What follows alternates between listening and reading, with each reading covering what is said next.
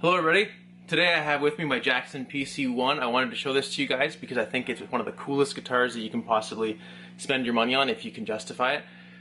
This thing, I have a love and hate relationship with it, but you know what, what's good about it definitely overcomes what's bad, okay?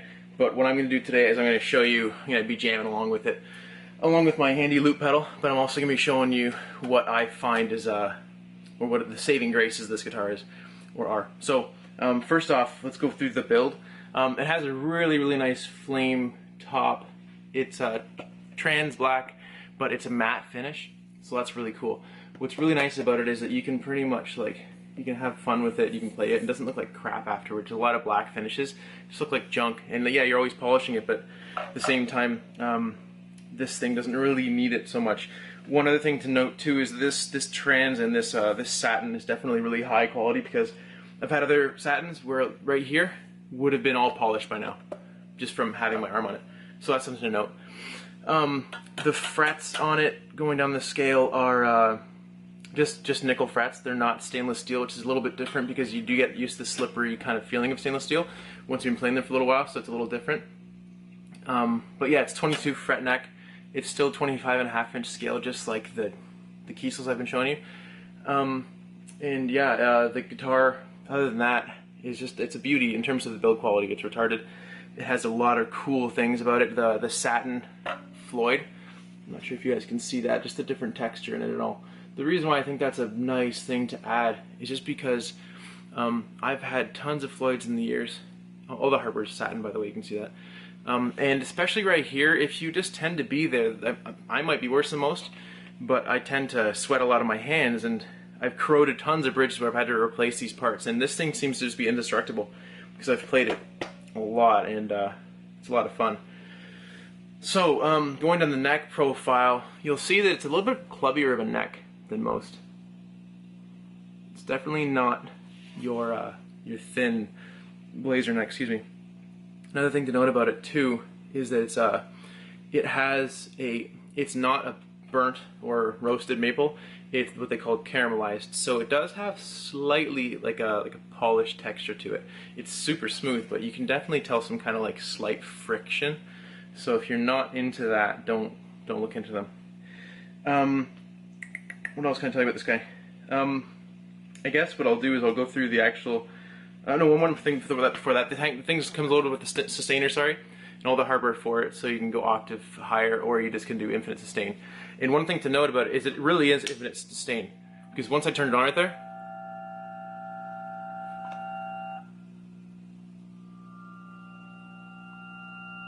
okay, as long as you are plugged in here, it is infinite sustain, alright?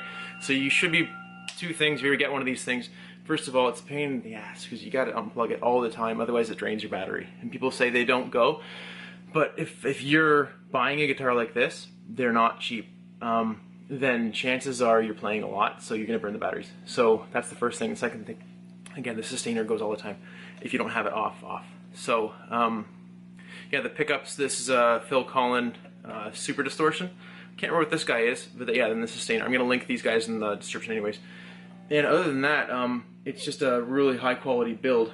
But again, the build quality doesn't necessarily mean that it's a good playing guitar, because I have my gripes with it. First thing is that sometimes if you are up playing high, the horn gets in the way. So just pay attention to that, because sometimes if you're a high player and stuff, the horn gets in the way. Also, the chunkiness of the back plate there. I'm not sure if you can see it.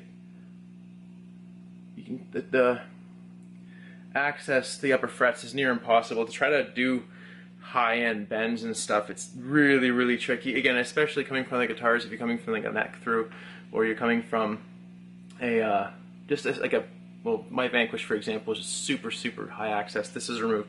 Everything's really tapered down, so there's no problems there. This is a little bit harder because you're reaching, and on top of that, too, your thumb's obstructed. The other gripe is that I play with my fingers a lot, where I'll pick and I'll do like that kind of thing where I'm plucking with my other fingers, and this middle pickup has posts on it. So little thing to note, I'm not sure again if you can see that or not, but they are close enough to the strings that it will mess with you, okay? You will pluck them, you'll probably get annoyed with it, so I do it all the time by accident. So what I've kind of learned, like I said, is I have a love and hate relationship with this guitar. I love the way it sounds with this pickup, and I like the middle pickup alone. I think this Sustainer sounds like crap without the Sustainer active. I think that it's decent with the Sustainer active. The nice thing again is you can throw the Sustainer on your bridge pickup. So I kind of just say I love this guitar for these pickups. That's it, and then forget about the Sustainer. I don't play with that, and I'll play the other ones because the Sustainer and how much fun you can have with it, and I'm going to show you that in a different video, or sorry, the video later on, is well worth it. Other than that, the only other thing I would say that I have a gripe with in this thing is the string tension compared to the Kiesels again is very high. You can tell the string tension just feels different on these upper strings. You can just tell there's something going on with it where there's resistance on you. So it's not bad, it's just that it's a little different to get used to. So if you're used to the Kiesels, or if you're used to a high-end guitar where it feels really liquidy on the high-end strings, then you might have a hard time adjusting to this. But that being said, it's just super fun. I don't know why, but I'm super drawn to this guitar. I always play it. I find myself just getting lost playing it, and I'll just hack away for hours. But yeah, I'm not sure if there's anything else. There was one more thing, but I'm sure I will remember that later. But yeah, the neck pickup, let me go through that with you. I'm going to show you that right now. So, that, you can kind of tell the sound of the neck pickup. This is just a low.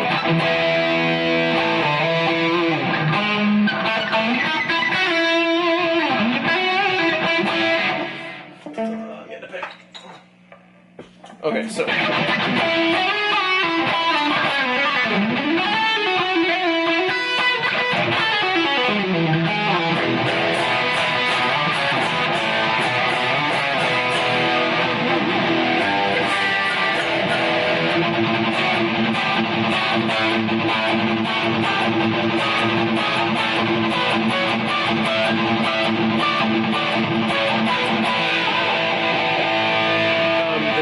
up again without it.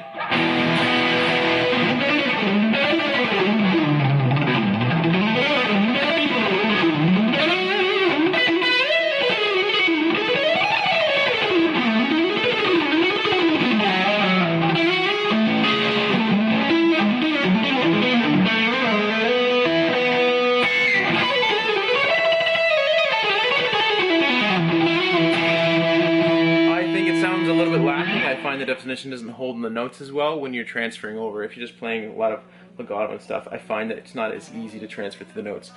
The middle pickup again is a little indistinguishable.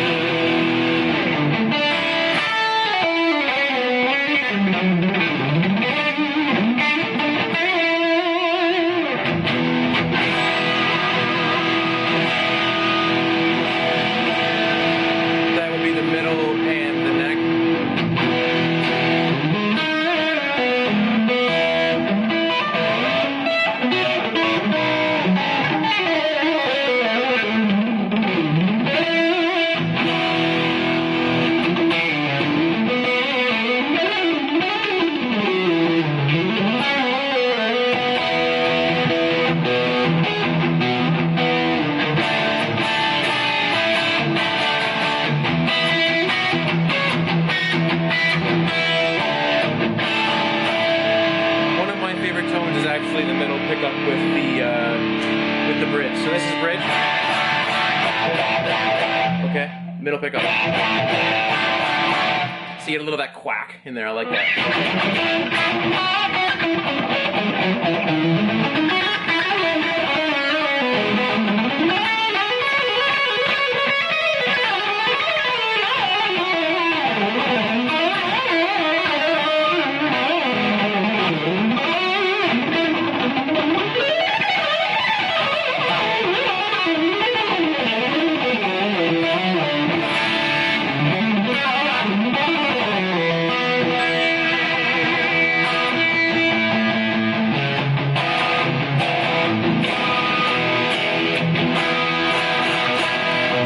I want to show you now is pay attention to the sound difference when I turn the Sustainer on. I'm not going to use it. I'm just going to show you what the sound difference is. So the Sustainer option is deactivated. When I roll this guy, it won't sustain, but you'll hear the difference. Neck pickup. Hear how much louder it got? You can hear it get a lot active.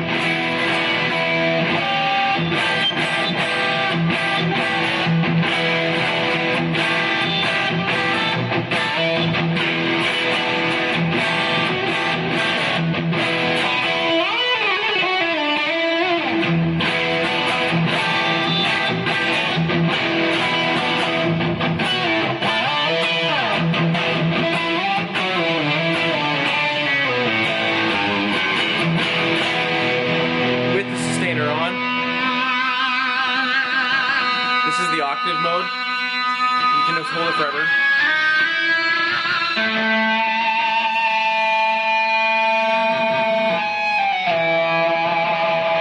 Okay, so it'll just go forever. You don't have to do much.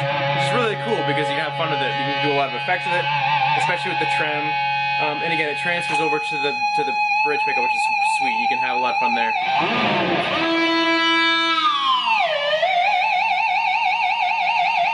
You could literally go make a sandwich and come back and your guitar will still be singing at you.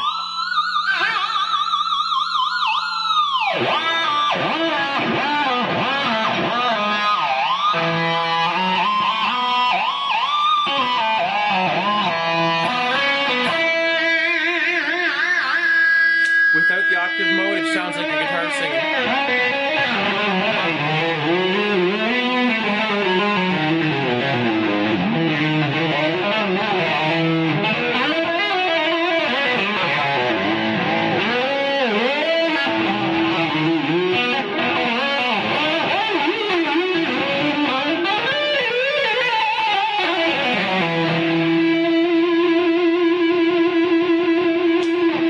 So yeah, I'm gonna play something for you right now with the help of my fancy loop pedal. It's not fancy at all, but it has awesome drums in it. You'll have fun. But yeah, I'm gonna show you some sounds and what I like to do with this guitar and why I think it's one of the funnest guitars you can definitely get yourself into. I remember that thing I was gonna tell you at the beginning of this video. The thing that I wanted to note about this guitar versus the other one that was actually kind of important was that when it came to me, it was set up like crap. And that's the truth. A lot of these guitars are set up like junk. I've gotten Gibsons before where you pull off the back plate and have had sawdust fall out. So it's just some places don't really care about that. This thing's fit and finish is great. It's awesome. Like everything down to the tiny little detail is just flawless like that. It's just, it came up set up like they didn't care. So I had to do that, which is fine because if you're playing, again, if you're playing a lot, you tend to figure out what you want anyways. And I had no problem doing that, but it's something I don't think you should have to do on a high-end guitar. It should come factory set up the best, okay? So best tone, best pickup height. These pickups came like jacked to the strings and you couldn't even hear anything because there was no definition anymore. It was just so like muddled and I had to find out exactly where that perfect spot was. And the action came at least like right off. And now again, it's not as low as my keys are, but at least I can fit this guy in there and I can actually hold it there. So again, this is Jazz 3 at the 14th fret, 15th fret. So it's good, definitely good. And there's no buzzes or anything like that. The guitar is top notch. So decide what you want. I hope you guys at least play one. Get out there and have some fun, okay? And I will see you in the next video. That was a lie. I forgot to tell you this because I always forget this. Please like and subscribe this video. It's been really, really fun getting involved with the whole YouTube guitar and music community. I want to keep doing it. And I want to know you guys want me to do it, okay? So just like, hit the subscribe button now, please. If you do, then I will keep on doing these videos, and I want to get more involved because it's really, really fun, and I'm enjoying a lot of it. I hope you guys are enjoying it as much as I am, so hit the buttons. Thank you.